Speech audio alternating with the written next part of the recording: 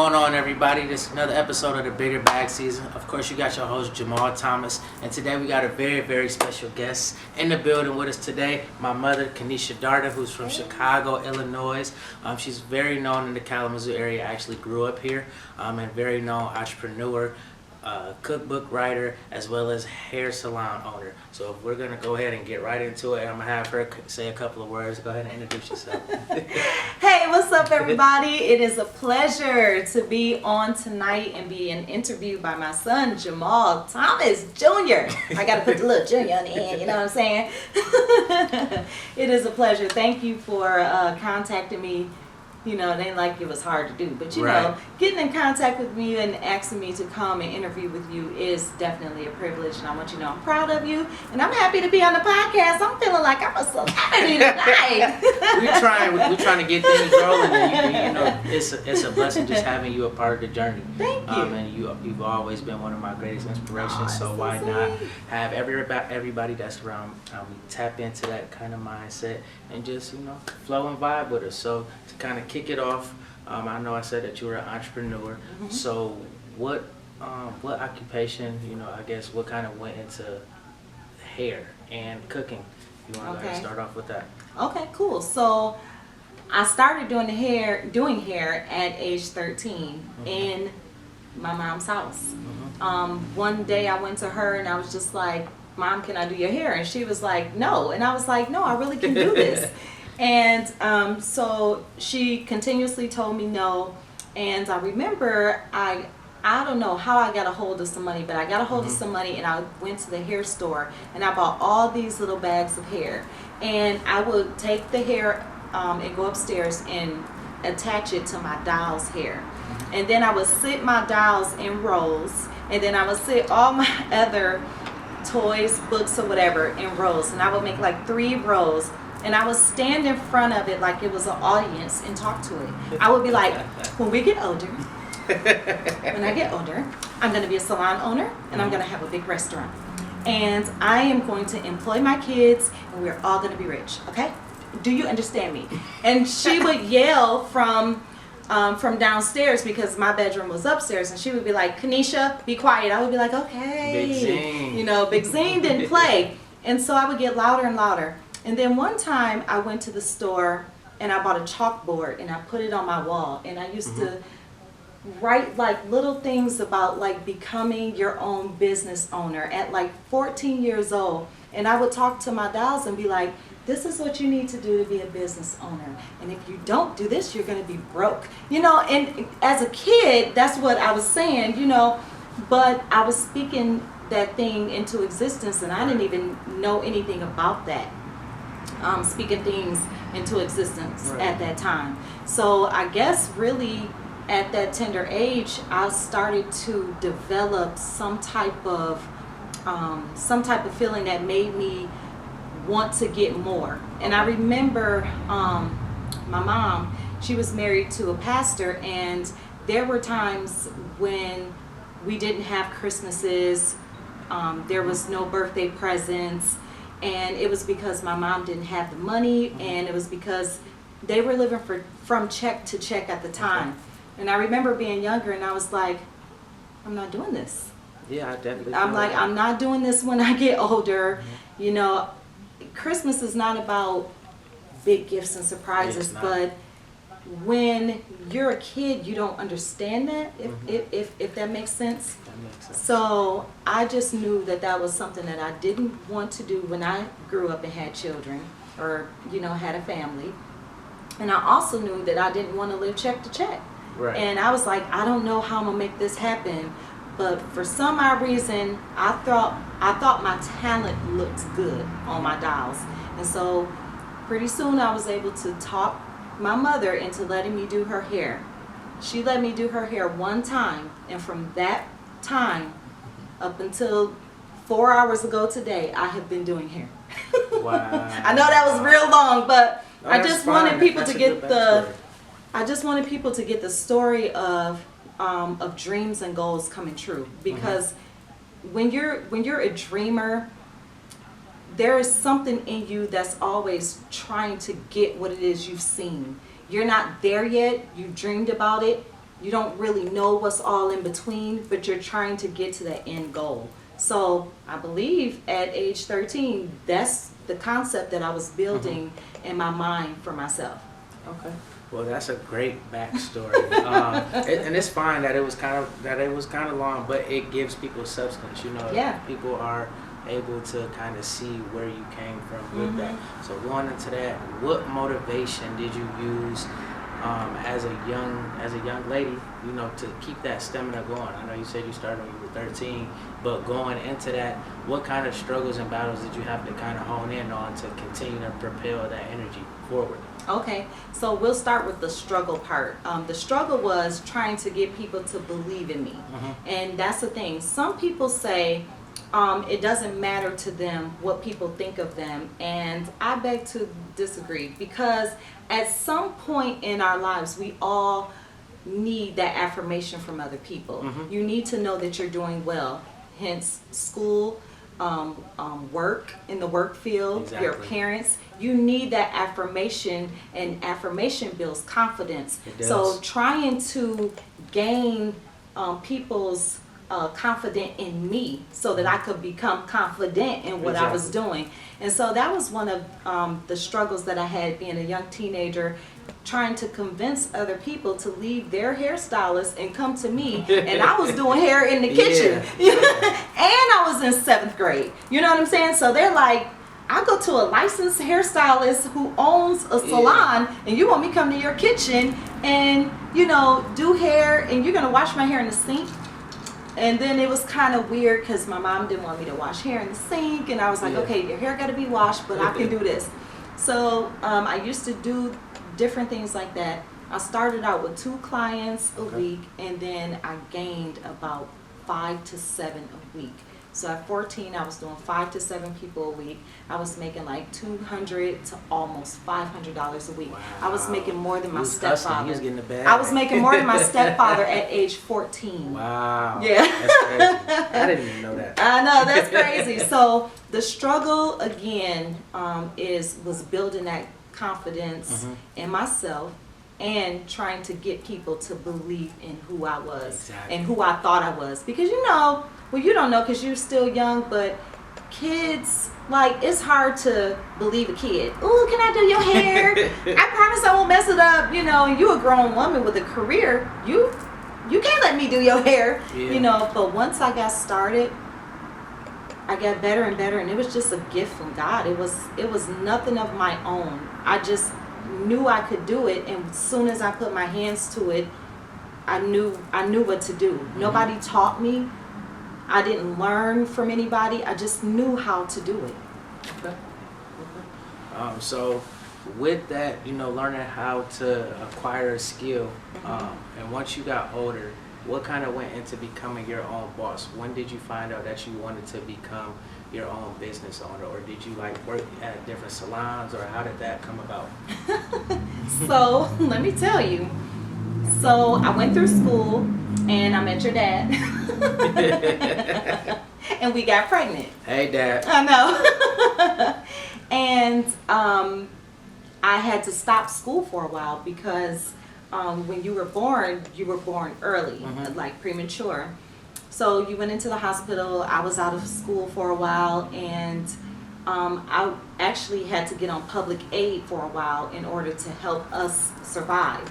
And someone was able to secure an apartment for your dad and I. And at that particular time, I needed more money. So I knew I had the skill, I knew what to do, and I had to put it back to use. So mind you, there's no social media at this time. Right. So I had to get out there so that people could know that I was back to braiding. And so I started telling people, hey, I'm back to braiding. They're like, where? At the house. So I'm like, come washed, and I'll, get you, I got you. And so they would come over, and I would have you strapped just like, as if I lived in Africa. You know how they do our kids. Thank you for our ancestors, And so I would take a nice little sheet, and I would wrap you right around my torso, like right up in here, and I would stand and I would braid people hair all day. And then you were nursing, so you knew what to do. I would be like, get your nook whenever you would start crying. You would know how to get in there and grab, and you would be nursing and I would be braiding. And all day, every day, from almost Sunday to Sunday, I was doing hair all day. And so that's how I raised you. All right, so you said all day, right? That's crazy, man. I definitely can respect that hustle and that grind, just in the grit that goes into that. Right. So you had me, and going into doing hair, what was did that deter your mindset, or what kind of mental state were you in from having a kid at a young age and still having to figure out how you were going to provide for yourself, and you brought a new addition into the world? Shout out to you for always making sure I was a fly guy. You know, that's always love, but kind of go into that for us. So me having you at a young age was surprising, and living on my own with a baby now, it's like, haven't finished school, I'm living with government assistance. I have to figure out, because my bills are, climbing, so I need to bring my hustle in. I need to know what to do. So that was a pivotal point for me. I had to sit down and reconstruct and rethink my life. I started going into a depression because I've always wanted to finish school. I always wanted to walk with my class. My dream was to finish college and do all this stuff. And that came later, but at that particular time, I couldn't, because I had a child who was premature and I had to be there. We had an apartment, I had to pay bills, and I had to learn this stuff. So I had to learn how to put my hustle into motion. Okay. So along with hustling, you have to have that faith that you can actually do it. You definitely do. So with that, the hustle and faith slogan that BiggerBag Szn, is so adamant about. How would you? Speaks to my life and legacy. That's why I love it. Thank you so much. So how would that apply to your everyday mantra as being a business owner and entrepreneur? Every day you wake up not knowing, as an entrepreneur, should I say, not knowing if people are going to walk through those doors, because we have a service business. Yeah. Every business that I put out required people to come to me and need what I had to give them. That requires a different type of hustle. And at the time when you were a baby, there was no social media. There was no Facebook. There was no Snapchat. There was no IG, Twitter. I couldn't get online and say, we still had flip phones. I think I do remember that. Yeah, we had i890 Nextel you had that I wanted so we bad. We had the Nextel phones, and now we have really, come further. But there were times when I did not know how I was going to get the information to the people. So what I started doing was I found someone who could make me flyers, and I would put flyers on cars after the clubs let out.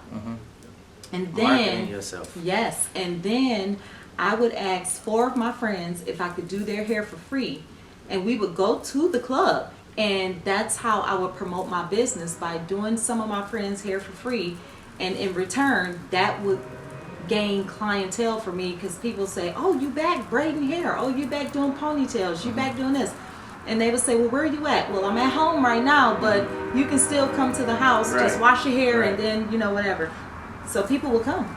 Well, I know for me, I definitely remember being in the basement, micro braids and hair, just being. But before everywhere. you was in the basement, you was in the kitchen. Yeah. With me, strapped on. Yeah, you don't remember that part.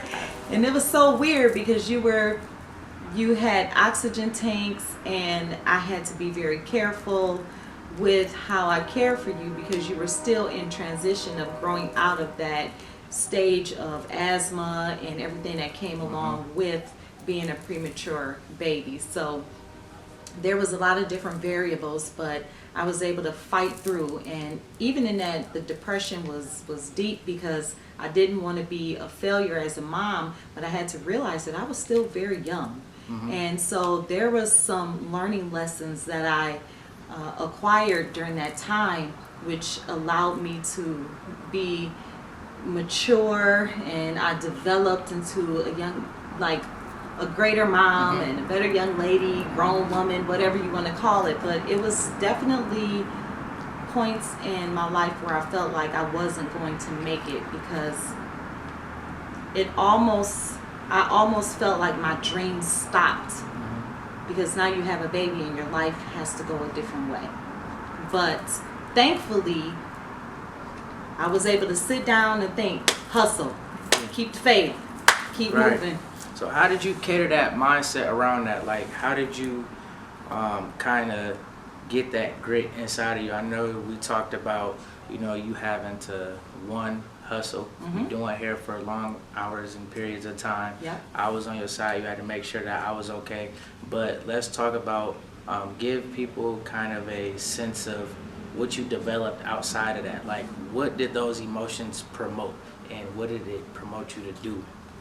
Just having a young kid at that age and being a young woman. Well, for one, growth, because you have to sit down and think, what do you want? You have to write your vision down, because now I'm not the young, popular girl anymore. Now I'm the mom that has to take care of another human. So you have to rethink. Your perspectives has to change. How you want your life to be. Are you going to sit and gloat in your depression, or are you going to say, this is not going to be me. I'm going to take care of my child, finish school, and continue with my goals and dreams, even if it takes longer to get there than what I once thought it would. So it took longer, but I still was able to climb the mountain. Even though I would slip sometime, I would still keep reaching for the higher. Having that perseverance. Yes, that perseverance. That's the way. So I think that that's beautiful that you say that. You know, perseverance is definitely a big thing. So to kind of wrap it up for the fans and the viewers, what is one thing that you can, what is one leave-off tip that you can give those going into believing in themselves and becoming their own entrepreneur? What is one tip that you would say, always have this in your bag?